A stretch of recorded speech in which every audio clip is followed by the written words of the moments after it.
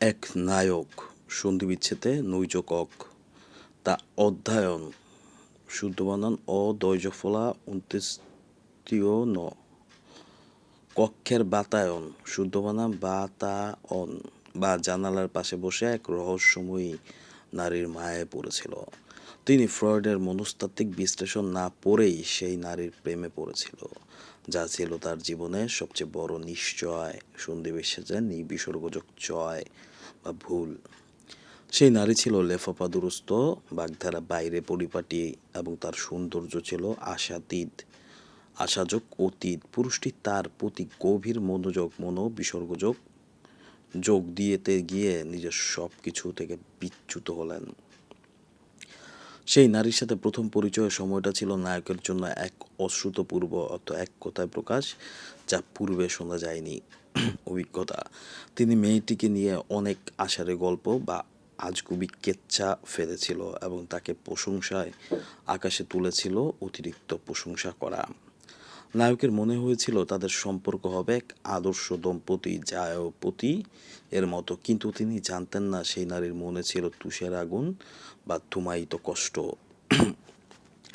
যা তলে তলে তাকে দগ্ধ করেছিল। নায়ক সেই নারীর প্রেমে এতটাই আস্তিক, বিপরীত শব্দ নাস্তিক ছিলেন যে তিনি সত্য ও মিথ্যার কোনো ইতর বিশেষ বা পার্থক্য করতে পারেননি। ধীরে ধীরে সেই পুরুষটি বুঝতে পারলেন যে তিনি আসলে অরণ্যের রোদন বা নিষ্ফল আবেদন করেছেন। নারীর রহস্যময় আচরণ তার কাছে এক দুর্দমনীয় বা যা দমন করা কষ্টকর ধাঁধা হয়ে দাঁড়ালো। তিনি যখনই সম্পর্কের গভীরতা বাড়াতে চাইলেন, তখনই দেখলেন তার সকল পরিকল্পনা ঘুরেবালি বা আশায় নৈরাশ্য। ফ্রয়েডের বিশ্লেষণ না জানার কারণে তিনি বুঝতে পারেননি যে নারীর মন এক মসিযোগ আধার বা কালির পাত্রের মতো গভীর ও রহস্যময় হতে পারে। তার প্রেমে পড়ার সেই উল্লাস উদ্যোগ লাশ এখন নিগ্রহের বা অনুগ্রহে পরিণত হয়েছে। শেষে সেই পুরুষদের অবস্থা হলো মুমূর্ষ, এক কথায় প্রকাশ, মৃতের মতো অবস্থা যার। তিনি বুঝতে পারলেন যে নারীর মায়ারূপী তামার বিষে অর্থের বা মোহের কুপ্রভাবে তিনি তার মানসিক ভারসাম্য হারিয়েছেন।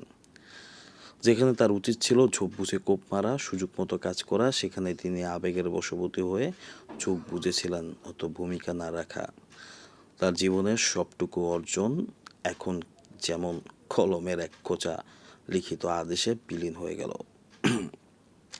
ফ্রয়েডের বিশ্লেষণ ছাড়া নারীর মায়ায় পড়া সেই পুরুষের শেষ পরিণতি হলো একাকিত্ব আর মানসিক শূন্যতা।